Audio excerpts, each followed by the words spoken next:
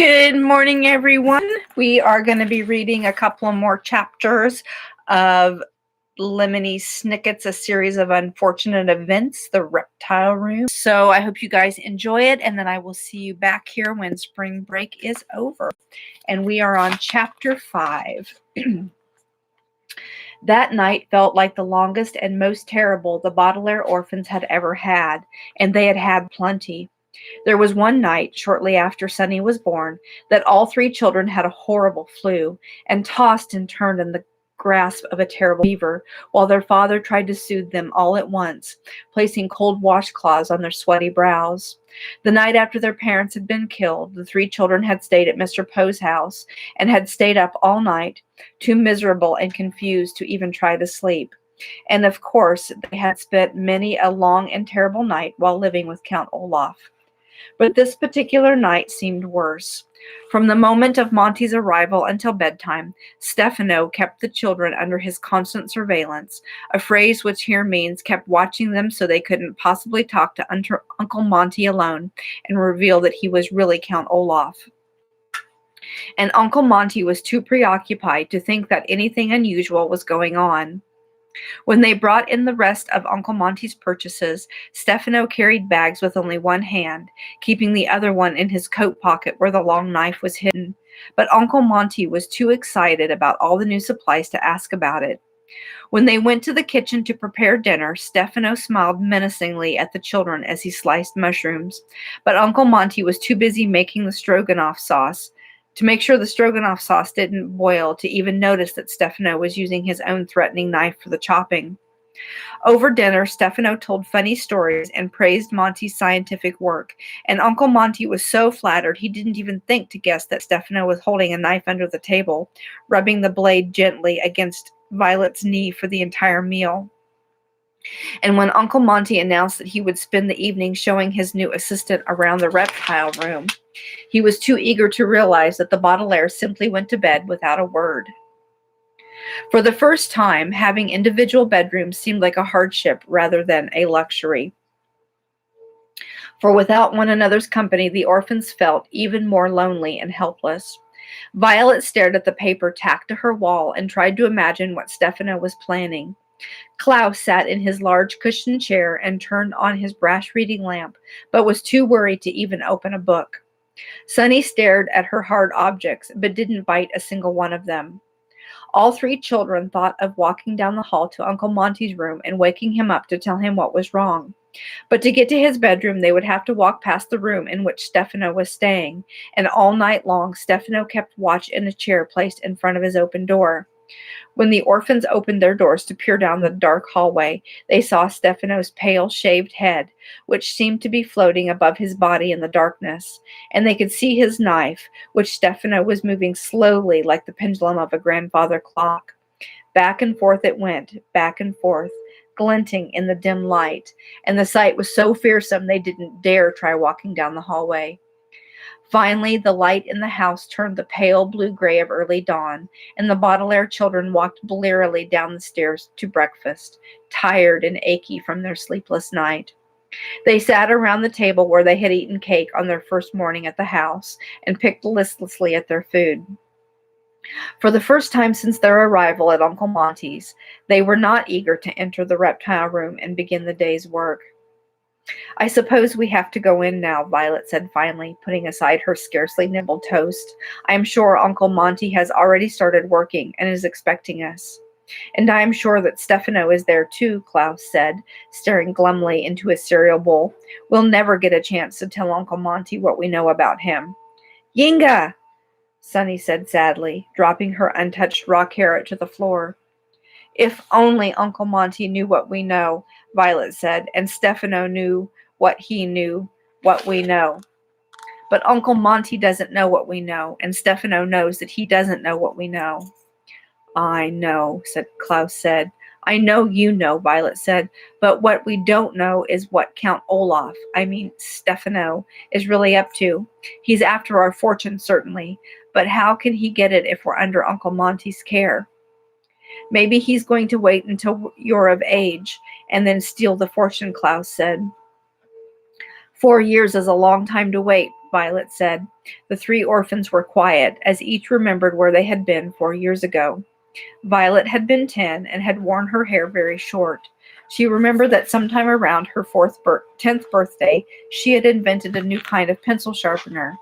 Klaus had been 8, and she sat and tried to remember what that was like. Very dark, she thought, with nothing to bite. For all three youngsters, 4 years did seem like a very long time ago. Come on, you're moving very slowly this morning, Uncle Monty said, bursting into the room. His face seemed even brighter than usual, and he was holding a small bunch of folded papers in one hand. Stefano has only worked here one day, and he's already in the reptile room. In fact, he was up before I was. I ran into him on my way down the stairs. He's an eager beaver. But you three, he's in the snow tonight, so let's try to hurry.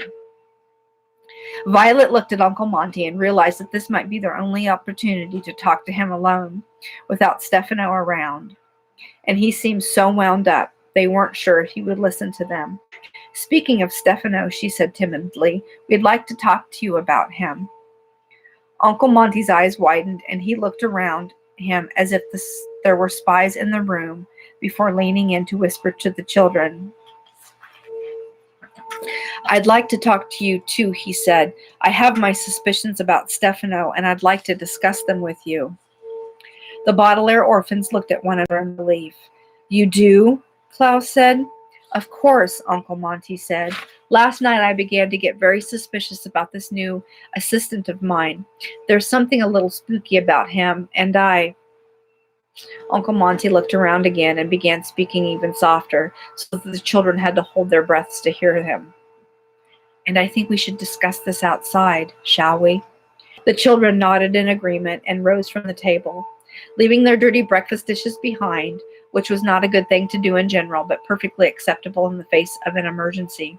They walked with Uncle Monty to the front entryway, past the painting of two snakes entwined together, out the front door, and onto the lawn, as if they wanted to talk to the snake-shaped hedges instead of to one another. I don't mean to be vainglorious, Uncle Monty began, using a word which here means braggy, but I really am one of the most widely respected herpetologists in the world. Klaus blinked. It was an unexpected beginning for the conversation. Of course you are, he said, and because of this, I am sad to say, Uncle Monty continued, as if he had not heard, many people are jealous of me. I am sure that's true, Violet said, puzzled. And when people are jealous, Uncle Monty said, shaking his head, they will do anything. They will do crazy things. When I was getting my herpetology degree, my roommate was so envious of a new toad I had discovered that he stole and ate my only specimen. I had to x-ray his stomach and use the x-rays rather than the toad in my presentation. And something tells me we may have a similar situation here. What was Uncle Monty talking about? I am afraid I don't quite follow you, Klaus said, which is a polite way of saying, what are you talking about, Uncle Monty? Last night, after you went to bed, Stefano asked me a few too many questions about all the snakes and about my upcoming expedition. And do you know why? I think so, Violet began, but Uncle Monty interrupted her. It is because this man who is calling himself Stefano, he said, is really a member of the Herpetological Society, and he is here trying to find the incredibly deadly viper so he can preempt my presentation. Do you three know what the word preempt means? No, Violet said, but it means I think this Stefano is going to steal my snake, Uncle Monty said, and present it to the Herpetological Society. Because it is a new species, there is no way to prove I discovered it. Before we know it, the incredibly deadly viper will be called the Stefano snake or something dreadful like that. And if he's planning that, just think what he will do to our Peruvian expedition. Each toad we catch, each venom sample we put into a test tube, each snake interview we record, every scrap of work we do will fall into the hands of the Herpetological Society spy. He's not a Herpetological Society spy, Klaus said impatiently. He's Count Olaf. I know just what you mean, Uncle Monty said excitedly. This sort of behavior is indeed as dastardly as that terrible man's. That is why I am doing this. He raised one hand and waved the folded papers in the air. As you know, he said, tomorrow we are leaving for Peru. These are our tickets for the 5 o'clock voyage on the Prospero, a fine ship that will take us across the sea to South America. There's a ticket for me, one for Violet, one for Klaus, and one for Stefano, but not one for Sunny because we're going to hide her in a suitcase to save money. Depot! I'm kidding about that, but I'm not kidding about this. Uncle Monty, his face flushed with excitement, took out the folded papers and began ripping them into tiny pieces.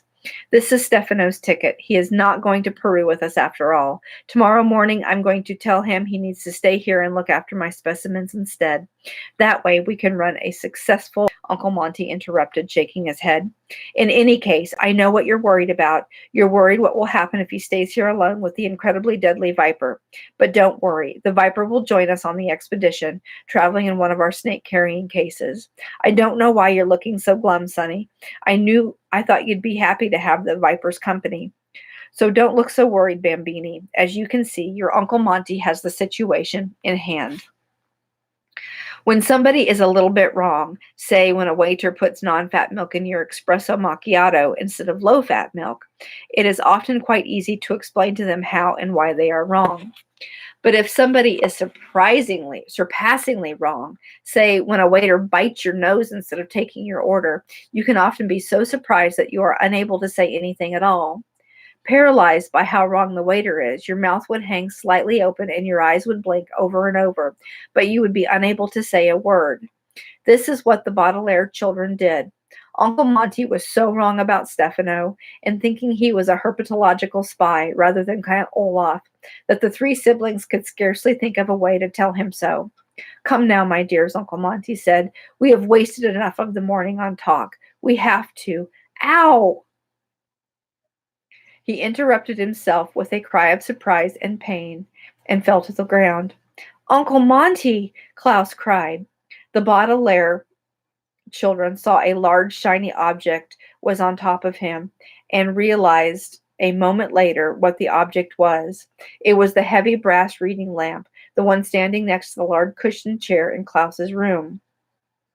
Ow!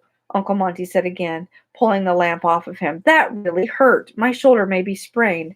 It's a good thing it didn't land on my head. It could have done some damage. But where did it come from? Violet asked. It must have fallen from the window, Uncle Monty said, pointing up to where Klaus's room was. Whose room is that? Klaus, I believe it is yours. You must be more careful. You can't dangle heavy objects out the window like that. Look what almost happened. But that light lamp wasn't anywhere near my window, Klaus said. I keep it in the alcove so I can read in a large chair. Really, Klaus, Uncle Monty said, standing up and handing him the lamp. Do you honestly expect me to believe that the lamp danced over to the window and leapt onto my shoulder? Please put this back in your room in a safe place, and we'll say no more about it. But, Klaus said, but his older sister interrupted him. I'll help you, Klaus, Violet said. We'll find a place where it is safe. Well, don't be too long, Uncle Monty said, rubbing his shoulder. We'll see you in the reptile room. Come, Sonny. Walking through the entry hall, the four parted ways at the stairs, with Uncle Monty and Sonny going to the enormous door of the reptile room, and Violet and Klaus carrying the heavy brass lamp up to Klaus's room. You know very well, Klaus hissed to his sister, that I was not careless with this lamp. Of course I know that, Violet whispered, but there's no use trying to explain that to Uncle Monty. He thinks Stefano is a herpetological spy. You know as well as I do that Stefano was responsible for this. How clever of you to figure that out, said a voice at the top of the stairs. And Violet and Klaus were so surprised they almost dropped the lamp. It was Stefano, or if you prefer, it was Count Olaf. It was the bad guy. But then you've never been clever children, he continued. A little too clever, but, sorry about that. But then you've always been clever children, he continued. A little too clever for my taste, but you won't be around for long, so I am not troubled by it.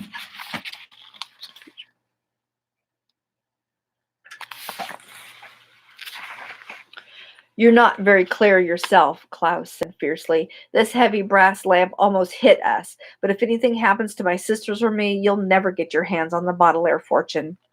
Dear me, Stefano said, his grimy teeth showing as he smiled. If I wanted to harm you, orphan, your blood would have already been poured down these stairs like a waterfall. No, I am not going to harm a hair on any Baudelaire head, not here in this house. You needn't be afraid of me, little ones, until we find ourselves in a location where crimes are more difficult to trace. And where would that be? Violet said. We plan to stay right here until we grow up. Really? Stefano said in a sneaky voice. Why, I had the impression we were leaving the country tomorrow. Uncle Monty tore up your ticket, Klaus replied triumphantly. He was suspicious of you, so he changed your plans, and now you're not going with us. Stefano's smile turned into a scowl, and his stained teeth seemed to grow bigger. His eyes grew so shiny that it hurt Violet and Klaus to look at them. I wouldn't rely on that, he said in a terrible voice. Even the best laid plans can change if there's an accident. He pointed one spiky finger at the brass reading lamp. And accidents happen all the time. Chapter 6. Bad circumstances have a way of ruining things that would otherwise be pleasant. So it was with the Baudelaire orphans and the movie Zombies in the Snow. All afternoon the three children had sat and worried in the reptile room under the mocking stare of Stefano and the word oblivious here means not aware that Stefano was really Count Olaf and thus being in great deal of danger, chatter of Uncle Monty. So by the time it was evening, the siblings were in no mood for cinematic entertainment. Uncle Monty's jeep was really too small to hold him, Stefano, and the three orphans, so Klaus and Violet shared a seat, and poor Sonny had to sit on Stefano's filthy lap. But the Baudelaires were too preoccupied to even notice their discomfort. The children sat all in a row in the multiplex, with Monty on one side, while Stefano sat in the middle and hogged the popcorn. But the children were too anxious to eat any snacks and too busy trying to figure out what Stefano planned to do to enjoy Zombies in the Snow, which was a fine film.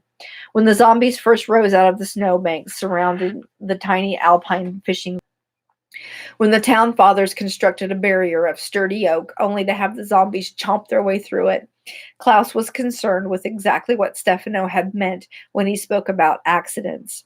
And when Gerda, the little milkmaid, made friends with the zombies and asked them to please stop eating the villagers, Sonny, who was, of course, scarcely old enough to comprehend the orphan situation, tried to think up of a way to defeat Stefano's plans, whatever they were. In the final scene of the movie, the zombies and villagers celebrated May Day together, but the three Baudelaire orphans were too nervous and afraid to enjoy themselves one bit. On the way home, Uncle Monty tried to talk to the silent, worried children sitting in the back, but they hardly said a word in reply, and eventually he fell silent. When the jeep pulled up to the snake-shaped hedges, the Baudelaire children dashed out and ran to the front door, without even saying goodbye to their puzzled guardian. With heavy hearts, they climbed the stairs to their bedrooms, but when they reached their doors, they could not bear to part. Could we all spend the night in the same room? Klaus asked Violet timidly. Last night I felt as if I were in a jail cell, worrying all by myself. Me too, Violet admitted. Since we are not going to sleep, we might as well not sleep in the same place. Tico, Sonny agreed, and followed her siblings into Violet's room. Violet looked around the bedroom and remembered how excited she had been to move into it just a short while ago. Now the enormous window with the view of the snake-shaped hedges seemed depressing rather than inspiring, and the blank pages tacked to her wall rather than being convenient seemed only to remind her of how anxious she was. I see you haven't worked much on your inventions, Klaus said gently. I haven't been reading at all. When Count Olaf is around, it puts a damper on the imagination. Not always, Violet pointed out. When we lived with him, you read all about nuptial law to find out about his plan, and I invented a grappling hook to put a stop to it. In this situation, though, Klaus said glumly, we don't even know what Count Olaf is up to. How can we formulate a plan if we don't know his plan? Well, let's try to hash this out, Violet said, using an expression which here means talk about something at length until we completely understand it. Count Olaf called himself Stefano. has come to this house in disguise and is obviously after the Baudelaire fortune. And, Klaus continues, once he gets his hands on it, he plans to kill us. Tadoo, Sonny murmured solemnly, which probably meant something along the lines of, it's a loathsome situation in which we find ourselves. However, Violet said, if it harms us, there's no way he can get our fortune. That's why he tried to marry me last time. Thank God that didn't work, Klaus said, shivering. Then Count Olaf would be my brother-in-law, but this time he's not planning on marrying you. He said something about an accident. And about heading to a location where crimes are more difficult to trace, Violet said, remembering his words. That must mean Peru, but Stefano isn't going to Peru. Uncle Monty tore up his ticket. Doog! Sunny shrieked in a generic cry of frustration and pounded her little fist on the floor. The word generic here means when one is unable to think of anything else to say, and Sunny was not alone in this. Violet and Klaus were, of course, too old to say things like Doog, but they wished they weren't. They wished they could figure out Count Olaf's plan. They wished their situation didn't seem so mysterious and hopeless as it did, and they wished that they were young enough to simply shriek, Doog, and pound their fists on the floor. And most of all, of course, they wished that their parents were alive and that the Baudelaires were all safe in the home where they had been born. As fervently as the Baudelaire orphans wished their circumstances were different, I wish that I could somehow change the circumstances of this story for you. Even as I sit here, safe as can be, and so far from Count Olaf, I can scarcely bear to write another word. Perhaps it would be best if you shut this book right now and never read the rest of this horrifying story. You can imagine, if you wish, that an hour later the Baudelaire orphans suddenly figured out what Stefano was up to and were able to save Uncle Monty's life. You can picture the police arriving with all their flashing lights and sirens and dragging Stefano away to jail for the rest of his life. You can pretend, even though it is not so, that the Baudelaires are living happily with Uncle Monty to this day. Or best of all, you can conjure up the illusion that the Baudelaire parents have not been killed and that the terrible fire and Count Olaf and Uncle Monty and all the unfortunate events were nothing more than a dream, a figment of the imagination. But this story is not a happy one, and I am not happy to tell you that the Baudelaire orphans sat dumbly in Violet's room. The word dumbly here means without speaking, rather than in a stupid way, for the rest of the night. Had someone peeped through the bedroom window as the morning sun rose, they would have seen the three children huddled together on the bed, their eyes wide open. The children blinked and looked at one another. Who is it? Klaus called out, his voice crackly from being silent for so long. Instead of answering, whoever it was simply turned the knob and the door swung open. There stood Stefano, with his clothes all rumpled and his eyes shining brighter than they ever had before.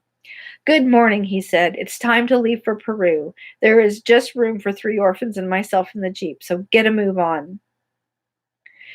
We told you yesterday that you weren't going, Violet said. She hoped her voice sounded braver than she felt. It is your Uncle Monty who isn't going, Stefano said, and raised the part of his forehead where his eyebrow should have been. Don't be ridiculous, Klaus said. Uncle Monty wouldn't miss the expedition for the world. Ask him, Stefano said, and the Baudelaire saw a familiar expression on his face. His mouth scarcely moved, but his eyes were shining as if he had told a joke. Why don't you ask him? He's down in the reptile room. We will ask him, Violet said. Uncle Monty has no intention of letting us go to Peru alone. She rose from the little bough as the children walked out of the room. The hallway was strangely quiet and blank as the eyes of a skull. Uncle Monty, Violet called at the end of the hallway. Nobody answered. Aside from a few creaks in the steps, the whole house was eerily quiet, as if it had been deserted for many years. Uncle Monty, Klaus called at the bottom of the stairs. They heard nothing. Standing on tiptoe, Violet opened the enormous door of the reptile room, and for a moment the orphan stared into the room as if hypnotized, entranced by the odd blue light which the sunlight made as it shone through the glass ceiling and walls. In the dim glow, they could see only silhouettes of various reptiles as they moved around their cages or slept, curled up in shapeless dark masses. Their footsteps echoing off the glimmering walls, the 3 siblings walked through the reptile room toward the far end, where Uncle Monty's library lay waiting for them. Even though the dark room felt mysterious and strange, it was a comforting mystery and a safe strangeness. They remembered Uncle Monty's promise that if they took time to learn the facts, no harm would come to them here in the reptile room. However, you and I remember that Uncle Monty's promise was laden with dramatic irony, and now, here in the early morning gloom of the reptile room, that irony was going to come to fruition, a phrase which here means the Baudelaires were finally to learn of it. For just as they reached the books, the three siblings could see a large shadowy mass huddled in the far corner. Nervously, Klaus switched on one of the reading lamps to get a better look. The shadowy mass was Uncle Monty. His mouth was slightly agape, as if he were surprised, and his eyes were wide open, but he didn't appear to see them. His face, usually so rosy, was very, very pale, and under his left eye were two small holes, right in line, the sort of mark made by two fangs of a snake. "Devo sum?" Sonny asked, and tugged at his pants leg. Uncle Monty didn't move. As he had promised, no harm had come to the Baudelaire orphans in the reptile room, but great harm had come to Uncle Monty. And I hate leaving off on such an unfortunate event in our story, but I will see you guys in a week. I hope you have a fantastic spring break. And we'll see you.